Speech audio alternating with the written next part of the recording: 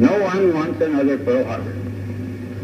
This means that we must have knowledge of military forces and preparations around the world, especially those capable of massive surprise attacks. In the 1960s, during the Cold War, there was tremendous fear and distrust of America from Russia, and a lot of paranoia and fear inside America toward the Soviet Union.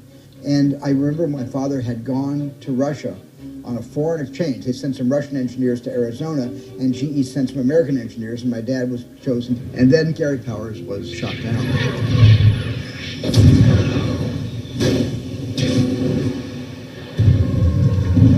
And my dad stood in line with 3 other associates because they were putting his flight suit, helmet, and the remains of the U-2 for everybody in Russia to see what America did. And a couple of Russian military approached my dad, asked for his passport and his friend's passport, saw they were Americans. He pointed to the U-2 and said, "Look what your country is doing to us." And he repeated that several times. Terribly angry, and then handed them back their passports. And that was the end of it. I never forgot that story. I think what you did was plant the seed in your son's mind at an early age that this movie should be made. That's right.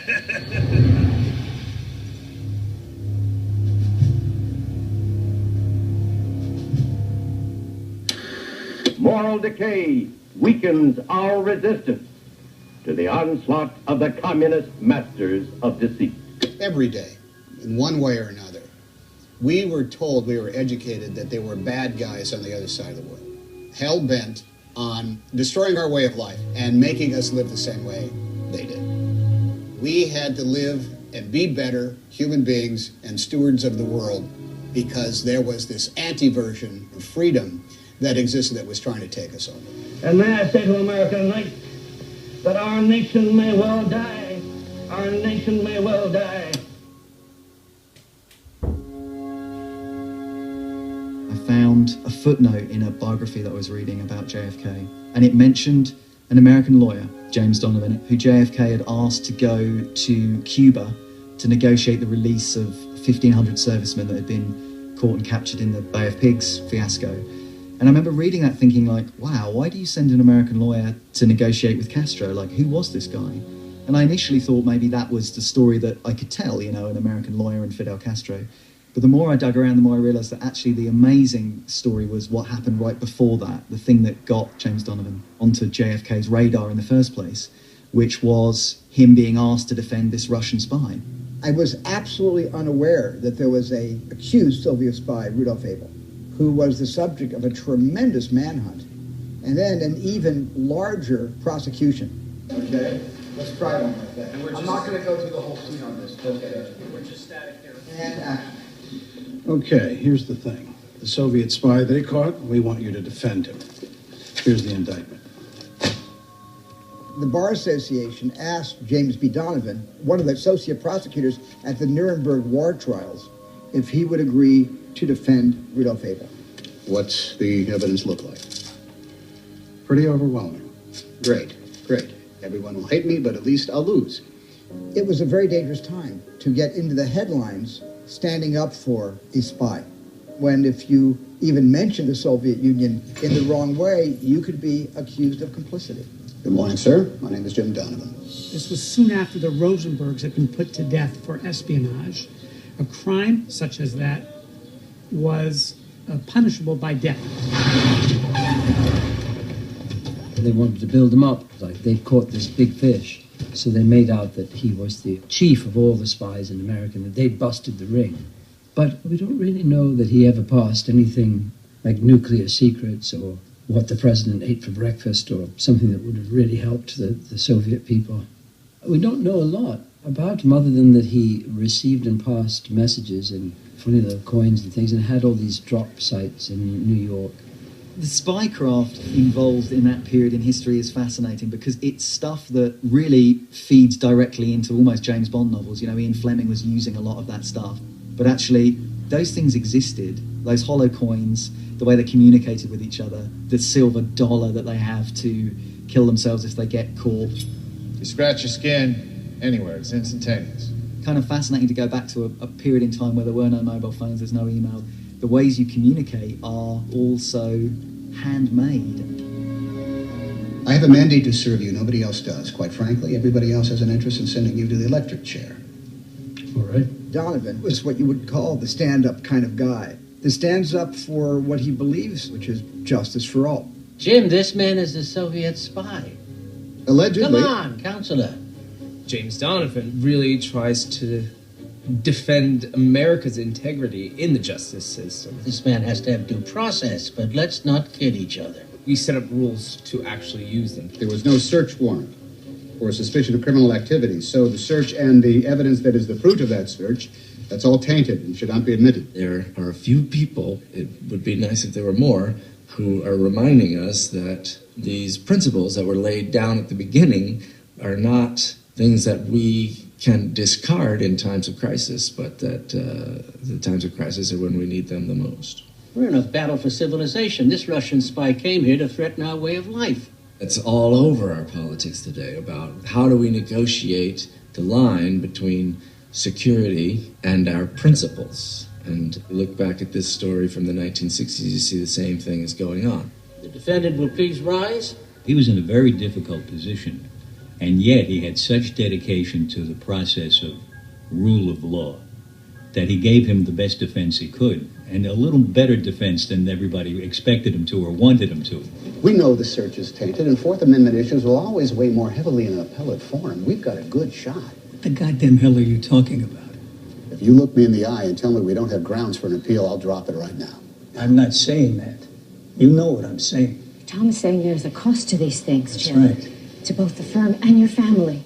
He had incredible foresight and set aside fear of the masses in your own country, your own backyard, and your own family, your wife, saying this is too dangerous a job. And he says, no, it's too important for the bigger picture, for the future. Everyone deserves a defense. Every person matters. Jim, what do we deserve? Do you know how people will look at us? The family of a man trying to free a traitor?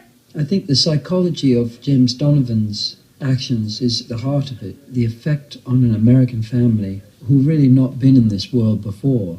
How did we do? From there, not too good. This case consumed him.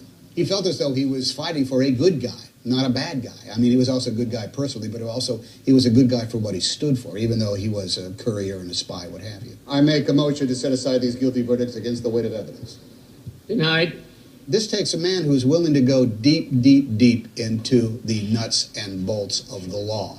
And that requires a very special kind of attention, energy, but also faith in the nuts and bolts of the law that he had. The Cold War is not just a phrase. It's not just a figure of speech.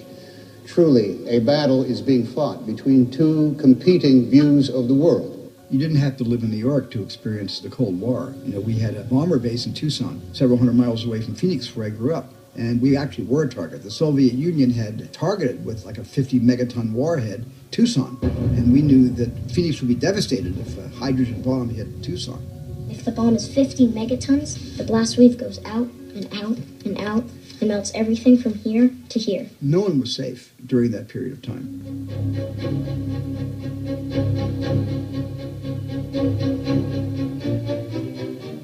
It shall be the policy of this nation to regard any nuclear missile launched from Cuba against any nation in the Western Hemisphere as an attack by the Soviet Union on the United States, requiring a full retaliatory response upon the Soviet Union.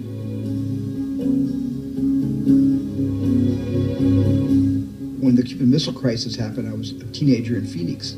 I looked up at the sky one day, knowing this was on the news, that Kennedy and Khrushchev had come to the brink of nuclear holocaust.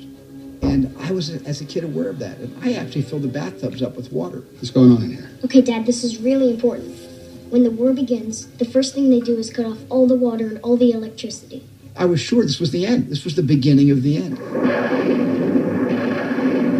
Tremendous fear guided a lot of our policy, not all of which was made known to the country. It is imperative that these flights remain a secret and this equipment does not fall into enemy hands. What about us? I don't know if you're kidding, Lieutenant Powers. I'm not. Francis Gary Powers was approached by the CIA to perform these top secret missions, and they were overflights, and they were going to fly over the Soviet Union, and we're going to be taking pictures of strategic points. They wanted to have as much intelligence as they could behind the Iron Curtain. My father was born 1929, August 17th, in Pound, Virginia. He was raised there in the coal fields, went to college at Milligan College in Tennessee. His mom and dad wanted him to be a doctor. They wanted him to go to medical school because doctors made a very good living. But my father wanted to be a pilot. He had that passion, that drive to be a pilot. So against his father's wishes, he enlists in the Air Force in 1950. Between 1950 and 1955, he was flying F-84s, one of the earlier jet models after World War II, recruited by the CIA to fly the U-2 spy plane, flew the U-2s from 1955 to 1960 when he was shot down. When the U-2 plane went down, it was a big scandal because we were not claiming to be watching them from the skies. When we admitted publicly that the U-2 belonged to us and it was on a reconnaissance mission, we were doing something that in a modern world, that was the only way we could find out, get any information on a closed site. Francis Gary Powers, на основании статьи 2 Законной СССР об уголовной ответственности за государственные преступления on criminal responsibility for state crimes. The room alone made my job very easy that day. I was surrounded by 400 people who didn't speak my language. They had portraits of Khrushchev and Lenin, and it was all very intimidating to me. What you're reading is the actual transcript from the trial. That what you said, what's on the paper is word for word what was said at the trial. And I just kept remembering this man and how alone he probably felt. And at the same time, this undercurrent of pride that I am the face of a nation at this moment, that I need to keep strong, that I have to take whatever they're going to give me and represent the United States in the best way possible. And it was a very straining day for me. I remember being so tired at the end of that day, and I didn't speak a single word. 10 years of confinement with the first 3 years to be served in prison. It was embarrassing to me and to the United States government, but I guess that we would have done the same thing if we had the opportunity. That's the way I look at it. The experience did have an effect on him, a profound effect. He ended up going through 3 months of interrogations. No physical torture, but a lot of mental anguish. Took my walks on top of this building. It was open on the roof with the high walls around it, and they were covered in tin, and some of the tin had rusted. And I had a spot there that a piece of tin was sticking out that I always thought that I could work off and make a knife out of to cut my wrist or something if things got really, too bad to stand.